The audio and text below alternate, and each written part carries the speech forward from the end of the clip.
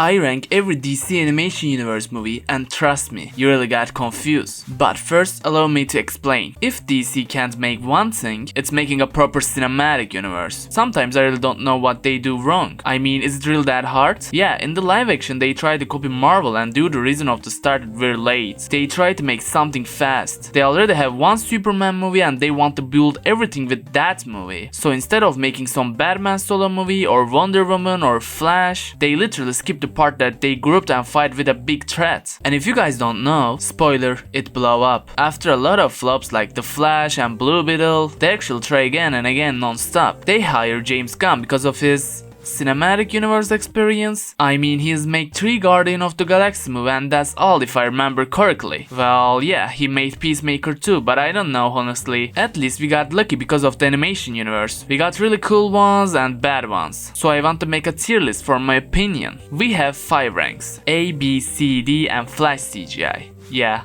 If you subscribe to my channel and like the video, let's start. Flashpoint Paradox. The movie starts with a Flashpoint story. If you don't know what is Flashpoint, you can watch the Flash movie. No, maybe you can watch the TV show. No, all of them are really bad written. You should read the Flashpoint comic for the best. So in this movie, we see the Justice League of this universe last time. Because Flash has a mummy issue and wants to go back in time and change his mom's death. And maybe fix the Superman's weirdly white shoulders. Where are your shoulders, huh, Kent? Where are your shoulders? So because of the butterfly effect, World War III happening. Batman is Bruce's father and Superman is skinny and Flash haven't a superpower yet. So he shocked himself with Thomas Wayne's help and he went back to the time when his mother died and stopped himself. Also Batman killed Reverse Flash. This movie grossed $5 million with the only DVD and Blu-ray sales. So it's a way too good start for animation universe, right? That's probably because Flashpoint Paradox is one of the best stories in DC history. So I put this movie in A because of this. Justice League War. After the Flashpoint Paradox, there is an animation called Justice League War. This movie is the New 52's first story. All our heroes' origin already happened and they do their job. Batman is still in Gotham. Superman protect Metropolis. They probably don't want to make their origin because we see their origin like already 1000 times. The only hero we didn't see the origin that much is the Cyborg and we see his origin in this movie. If you don't know, Cyborg's origin changed when the New 52 happened. Normally he is just some dude with mechanic stuff, but in this movie he got his power with Mother Box, so he can make boom portals. Anyway, story is basic actually. They find a Mother Box and try to figure it out what it's worked for. When they find out, it's too late for everything because Darkseid showed up. So the Justice League needs to stop him and save the world. One of the best thing about this movie is the long and cool fight scenes. Like the title say, most of the movie is about a war on Earth. Also we see the main villain of the universe in this movie. And yeah, we don't know so much about why he is here, but we see his strength, so it's a cool detail. I give it a B for this movie. Son of Batman. I have to admit, one of the best thing about this animation universe is the Robins. Damian and Dick Grayson write so well, especially Damon. So in this movie, Batman learns he had a son all this time. I don't want to explain how really, but I want to explain something and it's the villain character. I love Slade. I love how he's so cool and strong. Like he can do hand-to-hand combat against Batman easily. So we see how Damian and Bruce get to understand each other in this movie. Damian's mother is Talia, who's the daughter of the League of Assassins leader. So he has no problem with killing people and Batman tries to teach him. Two maniacs with their maniac ideologies, huh? This movie deserves a B. Justice League Throne of Atlantis. I don't know if you guys like Aquaman, but I really don't think we need a Justice League movie about Aquaman. I mean, it's his own story, right? You need to make a solo movie about him. But apparently when you use Justice League on your movie's title, it got more popularity. We see this in other movies. This movie's villain is the Ocean Master. And I don't know, he's not very cool for a Justice League movie. I mean, we see Darkseid. At least we can see a bigger villain than the Ocean Master, right? So I wanna call this one a C. Batman vs Robin. It's one of my favorite Batman animation movie actually. We see Damian and Bruce's bond getting better in this movie. And when the two Bat family characters needs to make their bond strong, they have to fight to death with each other. This story is basic actually. Damian finds another assassin master who dressed like an owl and works with him. Meanwhile, Batman investigates the Court of Owls. We know Damian is a sassy little freak and we know this is what makes him special. But in this movie, They made him like we really need to hate him. We thought everything is settled in Son of Batman, but apparently it's not. Damian still don't like Batman's ideology and wants to do what he does. But at least they do understand each other now, right?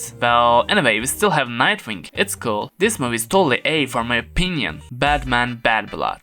Yeah, I said it was one of the best Batman animated for Batman vs. Robin, right? Well, I think this is one of the worst ones. Ironic, isn't it? Well, in this movie, Batman died in the beginning. Another Bat family member tried to defend the Gotham, but we find out Batman is alive actually, but his brain got injured. I don't like the story nor fight scenes. But hey, Nightwing is here too, with a Batman suit. Yeah, sorry, but this movie goes to the Flash CGI list. Justice League vs. Teen Titans. This one, my friend. This one, I love Teen Titans. I have been in love Teen Titans ever from the first cartoon release. In this movie's representation of Teen Titans is so good. I love it when teens are teens even if they are superheroes. Story starts with a Robin being a reckless kid, so Batman thinks Damian needs to listen again, so he sends him to the Titans Tower. In Titans Tower we see our iconic characters like Raven, Starfire, Beast Boy and some new faces. But on the other hand, our Justice League member have some hallucination. These ghostly things sent by Trigon, so this is a Justice League level threat. The characters are well written in my opinion. This movie gives more screen time to the Teen Titans members, so apparently this is actually Teen Titans movie. But like the second Justice League movie, they add Justice League in the title because of the popularity, I guess. But it's weird, isn't Teen Titans as popular as Justice League? Probably because of the Teen Titans Go. Oh, also they made a little cute scenes that Cyborg wants to hang out with Teen Titans because he used to be a Titans back in the days. Also Nightwing here. Sweet. This movie is a solid A for my opinion. Justice League Dark. Justice League Dark is one of the other we need to put Justice League in the title movies too, because we didn't see any Justice League members but Batman after 10 minutes. This movie introduces us to the two important characters for this universe, Zatanna and John. Zatanna is one of the strongest DC characters of all time, and John is the depressive one. Anyway, story is cool actually. Every citizen on the world tried to kill themselves and Justice League member helped them, but the cause of those incidents are some demons from magical world. So Batman needs to make a new group of superhero because of their Justice League has no magic user. This movie contains cool fight scenes too. Zatanna and other magician that I forgot his name battle was intense actually, and Batman with magic stuff is fun to watch. But this movie is supposed to be a detective movie, and in my opinion the detective parts are lame honestly. I guess it's deserve a D at least. Teen Titans Judas Contract. I really love this representation of Teen Titans in this universe. The characters really grow in this movie, you know, especially Damian. Yeah, in this movie he's a little bit in the back because this movie is about Terra. If you guys watch Teen Titans cartoon series, you probably know Terra's story. It's really cool and most of the people like it. It's probably because of the Terra is a character with more depth. When you start to know her, she is basically a teenage girl with a sarcastic humor. But when you get to know her, you see how she has dilemmas and how depressive she is. This movie gives Terra's story very well and gives us very cute scenes with Beast Boy. Action scenes is okay. Villain is the Deathstroke again, and he is cool as usual. We see him fight with Nightwing and it's cool. Also Nightwing is here too. Totally A for a movie like this. Suicide Squad Hel to Pay. This movie, I don't know what I can talk about it actually. What can I talk about anyway? Suicide Squad gained much popularity with the movie, so they had to make an animated movie about it. But like the movie, character just they have no soul. They just have characteristic things and that's all. Even worse, the movie's villain is Reverse Flash. Why? We don't even need him. He's dead like the beginning of the universe. Yeah, I know Reverse Flash can't die because of thing in the comic books, but the reason he's alive in this movie is totally joke. Anyway, this movie sucks. Flash CGI. Deat of Superman. Why this movie title is a big spoiler anyway? Yeah, you can see this movie is about the death of Superman. Lois finally find out Clark is Superman, but when they have each other for real this time.